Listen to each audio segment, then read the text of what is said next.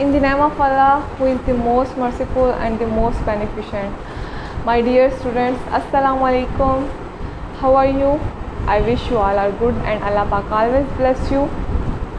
Dear students, आज हम पढ़ने जा रहे हैं मोहम्मद ज़ियाउल हक का दौर. ठीक है, क्या पढ़ने जा रहे हैं? मोहम्मद ज़ियाउल हक का दौर.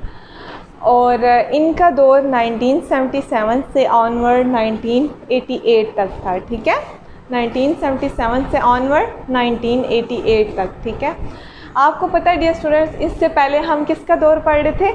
इससे पहले हम जुल्फ़िकार अली भुट्टो का दौर पढ़ रहे थे. ठीक है, और उनका दौर कब से कब तक था? 1971 से 1977 तक. ठीक है, तो आपको पता है कि उसमें हमने क्या पढ़ा कि जुल्फ़िकार अली भुट्टो के दौर में उन्होंने किस तरह के इक़दाम किए, क्या क्या काम हुए. ठीक है, हमारे मुल्क में. और अब हम किसका दौर पढ़ेंगे? अब हम मोहम्मद ज़ियाउल हक का दौर पढ़ेंगे. ठीक है, तो इससे पहले हम इसकी ना थोड़ी सी बैक हिस्ट्री देख लेते हैं. ठीक है, उसमें क्या था? सबसे पहले ये कि 1977 में क्या हुआ? इंतखाबात हुए. ठीक है, और वो इंतखाबात जब हो रहे थे तो बहुत सी सियासी पार्टीज़ पीपल पार्टी के अगेंस्ट चली गई थी. ठीक है, आपको इस बात को याद रखना है कि क्या था कि 1977 में जब हम क्या कर रहे थे, जब इंतखाबात हो रहे थे तो बहुत सी सियासी पार्टी पीपल पार्टी के अगेंस्ट चली गई थी. ठीक है, तो उसको फिर क्या नाम दिया गया था? उसको नाम दिया गया था पाकिस्तान कौमी इत्तेहाद का. ठीक है, क्या नाम दिया गया था? पाकिस्तान कौमी इत्तेहाद का. और उसके लीडर कौन बने थे फिर? मौलाना मुफ्ती महमूद. ठीक है डियर स्टूडेंट्स, ये आपने ना गौर से सुनना है क्योंकि ये आपका MCQ भी आ सकता है और आपका शॉर्ट क्वेश्चन भी आ सकता है. ठीक है, कि उसका नाम क्या रखा गया? दोबारा रिपीट कर रही हूँ मैं, पाकिस्तान कौमी इत्तेहाद. ठीक है, और उसके कौन बने? मौलाना मुफ्ती महमूद. ठीक है, फिर क्या था? फिर उसके बाद ये हुआ कि 7 मार्च 1977 को क्या हुए? इंतखाबात हुए. ठीक है, उन इंतखाबात में कौन जीता? उन इंतखाबात में पीपल पार्टी ही जीती. ठीक है, लेकिन क्या हुआ? लेकिन ये कहा गया कि ये जो इंतखाबात थे इसमें पीपल पार्टी धांधली की वजह से जीती है. ठीक है, मतलब कि ये इंतखाबात क्या थे? प्योर नहीं थे. ठीक है, इसमें क्या हुई थी? धांधली हुई थी, इसलिए पीपल पार्टी जीती है. तो लोग क्या कह रहे थे कि हम इन इंतखाबात को मानेंगे ही नहीं. और एक और बात आपको बताती चलूँ कि जुल्फ़िकार अली भुट्टो के लास्ट वाला जो दौर था ना, उसमें मतलब मुल्क के हालात बहुत ज़्यादा बदतर हो गए थे. अजीब सी सूरत हाल पैदा हो गई थी. ठीक है, मुल्क में हालात काफ़ी ज़्यादा बिगड़ चुके थे. और फिर उन सारी चीज़ों से निकलने के लिए क्या हुआ था? 5 जुलाई 1977 को क्या हुआ? मार्शल लॉ लग गया था. ठीक है, और ये मार्शल लॉ किसके दौर में लगा था? मोहम्मद ज़ियाउल हक के दौर में लगा था. ठीक है, कब लगा था मार्शल लॉ? 1977 को. ठीक है डियर स्टूडेंट्स, अब आपको ये चीज़ भी पता होनी चाहिए कि जुल्फ़िकार अली भुट्टो के दौर से पहले भी मार्शल लॉ लगा था और जब उनका दौर एंड हुआ था, ठीक है, तो दोबारा से क्या हुआ था? मार्शल लॉ लगा था. ठीक है, तो अब डियर स्टूडेंट्स हम बात करते हैं किसके बारे में? पाकिस्तान में नवाज़ इस्लाम के पहलू के बारे में. ठीक है, तो इसमें ये कहा जा रहा था कि जुल्फ़िकार अली भुट्टो के दौर में कि इस्लाम की तरफ ज़्यादा तवज्जो नहीं दी जा रही. ठीक है, मतलब कि नवाज़ इस्लाम पे काम नहीं हो रहा. तो इस चीज़ के लिए फिर जैसे ही किसका दौर आया? मोहम्मद ज़ियाउल हक का दौर आया, तो उनने फिर क्या किया कि नवाज़ इस्लाम के पहलू पे इक़दाम किए. ठीक है, तो वो इक़दाम कौन से थे? वो ये सारे इक़दाम थे जो अभी हम डिस्कस करने जा रहे हैं. ठीक है, तो उसमें सबसे पहले डियर स्टूडेंट्स जो चीज़ थी वो क्या थी? वो थी इस्लामी नज़रियाती कौंसल. ठीक है, क्या था? इस्लामी नज़रियाती कौंसल. और इसमें क्या था? इसमें ये था कि जून 1981 को इस्लामी नज़रियाती कौंसल की तंजीम नू की गई और इसके अरकान की तादाद कितनी होगी थी? 15 से 20 होगी थी. डियर स्टूडेंट्स, आपको ये चीज़ भी याद रखनी है. ठीक है, ये भी MCQs में आ सकता है कि पहले तादाद कितनी थी? 15 थी और फिर बाद में कितनी होगी? 20 होगी. ठीक है, उसके बाद हम किसके बारे में पढ़ते हैं? ज़कात व उशर के बारे में. ठीक है, ये भी एक इक़दाम था. और इसमें क्या किया गया? इसमें आपको पता है डियर स्टूडेंट्स कि हमारा मज़हब भी हमें क्या कहता है ज़कात के बारे में. ठीक है, कि ज़कात देना हम सब पे फ़र्ज़ है. ठीक है, तो इसमें ये इक़दाम किया गया कि बैंकों में जितनी भी जिस भी बैंक में जितनी भी रकम पड़ी हुई थी लोगों की, तो उसकी जितनी ज़कात बनती थी वो काट ली गई, ठीक है। और उससे आनवर्ड फिर ये काम शुरू कर दिया गया, ठीक है। उसके बाद हम बात करते हैं किसके बारे में, वफाकी शरी अदालत के बारे में, ठीक है।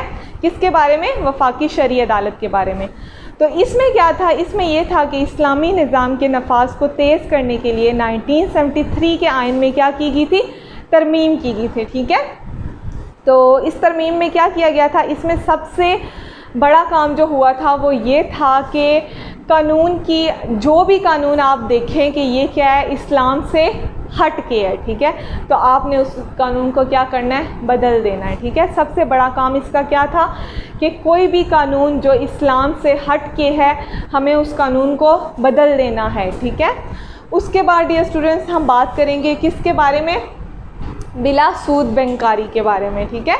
किसके बारे में बात करेंगे, बिला सूद बैंकारी के बारे में। तो इसमें क्या था, इसमें यह था कि इक़्तिसादी निज़ाम को सूद से पाक करने के लिए ज़ियाउल हक़ ने 1 जनवरी 1988 को, कब याद रखिएगा, 1 जनवरी 1988 को नफ़ा और नुकसान की बुनियाद पर खाते खोलने का ऐलान किया। और 1 जनवरी 1984 को तमाम बजट अकाउंट को नफ़ा और नुकसान में तब्दील कर दिया गया, ठीक है। बजट अकाउंट को किस में तब्दील कर दिया गया था, नफ़ा और नुकसान अकाउंट में, ठीक है। अब डियर स्टूडेंट्स हम बात करते हैं किसकी, इस्लामियात की तालीम लाजमी के बारे में। तो इसमें क्या था, इसमें ये हुआ था कि ये तो हमें पता है कि हमारा आइन जो चल रहा था 1973 का, उसमें भी ये चीज़ थी, ठीक है। लेकिन इसमें क्या किया गया कि इस्लामियात की तालीम को मताला पाकिस्तान और इस्लामियात, ठीक है, इन दोनों को लाजमी करार दे दिया गया।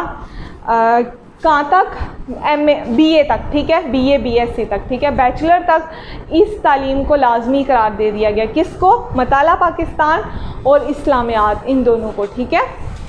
उसके बाद हम बात करते हैं किसकी, एहतराम रमज़ान आर्डीनेंस, ठीक है। तो इसमें क्या था, इसमें भी एक आर्डीनेंस बना जिसमें आपको पता है कि रमज़ान का एहतराम तो हम सब पे फ़र्ज़ है, ठीक है, हम मुसलमान हैं, हम रोज़े रखते हैं, ठीक है।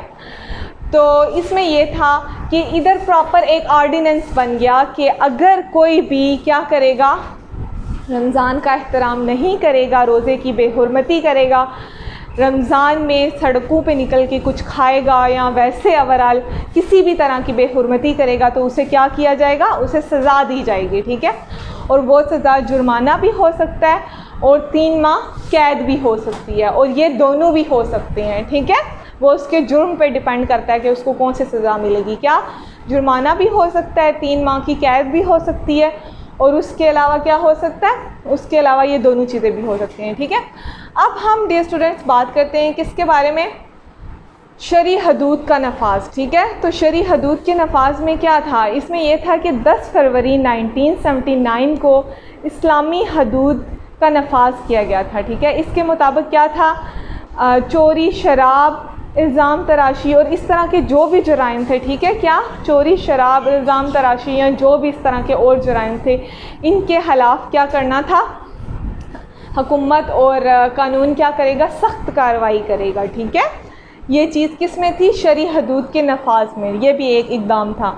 अब हम डियर स्टूडेंट्स बात करते हैं किसके बारे में, निज़ाम सलात के बारे में, ठीक है। तो निज़ाम सलात में ये था कि क्या किया गया, अब ये भी हमें पता है कि हम सारे मुसलमान हैं, हमारे पे नमाज फ़र्ज़ है, ठीक है, तो हमें नमाज़ पढ़नी चाहिए। और इसमें क्या किया गया, इसमें ये किया गया कि तमाम स्कूल, कॉलेजेस, यूनिवर्सिटीज़ और बाकी जितने भी अदारे थे, ठीक है, ऑफिसेस, उनमें क्या किया गया कि ज़ोहर की नमाज के लिए प्रॉपर ब्रेक दे दी गई, ठीक है।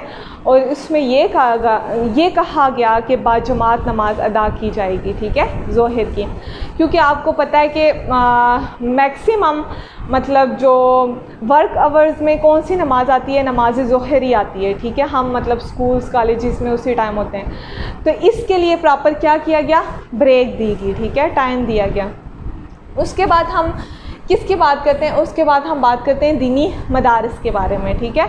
तो दीनी मदारस में क्या था, इसमें ये कि जो मदारस थे, ठीक है, उनको क्या किया गया, एक तो उनकी माली इमदाद की गई, ठीक है, फर्स्ट वन क्या किया गया कि उनके माली इमदाद की गई, और सेकंड वन जो सबसे इम्पॉर्टेंट चीज़ थी और सबसे इम्पॉर्टेंट काम था वो ये था कि उनको क्या किया गया कि उनकी जो तालीम थी, जिस तरह के भी उनके कोर्सेज़ थे, उनको असनाद में तब्दील कर दिया गया। ठीक है, मतलब कि जब ये कोर्स करेंगे तो इनको मैट्रिक की सनद मिलेगी, ये कोर्स करेंगे तो इनको FA की मिलेगी, ये करेंगे तो BA की मिलेगी, और ये करेंगे तो MA की मिलेगी। मतलब कि क्या किया गया था, ये काम इधर फर्स्ट टाइम हुआ था। ठीक है, कि असनाद में तब्दील कर दिया गया था इस चीज़ को, कि स्टूडेंट्स, ताकि जो स्टूडेंट्स मदरसों से पढ़ के बाहर निकलें वो भी जॉब कर सकें, उनके पास भी क्या हो, सनद हो। ठीक है, उसके बाद हम बात करते हैं किसके बारे में, अरबी ज़ुबान की तालीम के बारे में। ठीक है, तो अरबी ज़ुबान की तालीम में क्या है कि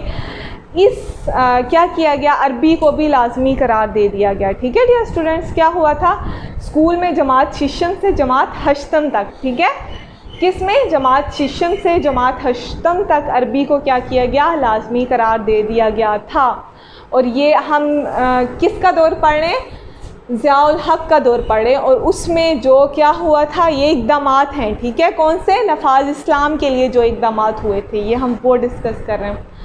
उसके बाद हम डियर स्टूडेंट्स पढ़ेंगे क्या, बैनुल क़ौमी इस्लामी यूनिवर्सिटी का क़याम। ठीक है, क्या, बैनुल क़ौमी इस्लामी यूनिवर्सिटी का क़याम। तो इसमें क्या था, इसमें यह था कि 1981 को इस्लामाबाद में बैनुल क़ौमी इस्लामिक यूनिवर्सिटी ने अपने काम का आगाज़ किया था। ठीक है, जिसका काम इस्लामी क़वानीन पर तहकीक करना था। इनका काम क्या था, इस्लामी क़वानीन पर तहकीक करना। ठीक है, उसके बाद डियर स्टूडेंट्स हम बात करते हैं किसके बारे में, शरीयत फ़ैकल्टी के बारे में। किसके बारे में, शरीयत फ़ैकल्टी के बारे में। तो इसमें क्या था, इसमें कुरान मजीद सुन्नत नबवी में क्या किया गया था, 1981 को इस्लामी यूनिवर्सिटी इस्लामाबाद में शरीयत फ़ैकल्टी का क़याम अमल में आया था। ठीक है, कब आया था, 1981 में, 1981 में। ठीक है, ठीक है डियर स्टूडेंट्स, ये हम क्या पढ़ रहे थे, हम पढ़ रहे थे ज़ियाउल हक़ का दौर। ठीक है, आपको पता है ज़ियाउल हक़ का दौर 1977 से ऑनवर्ड 1988 तक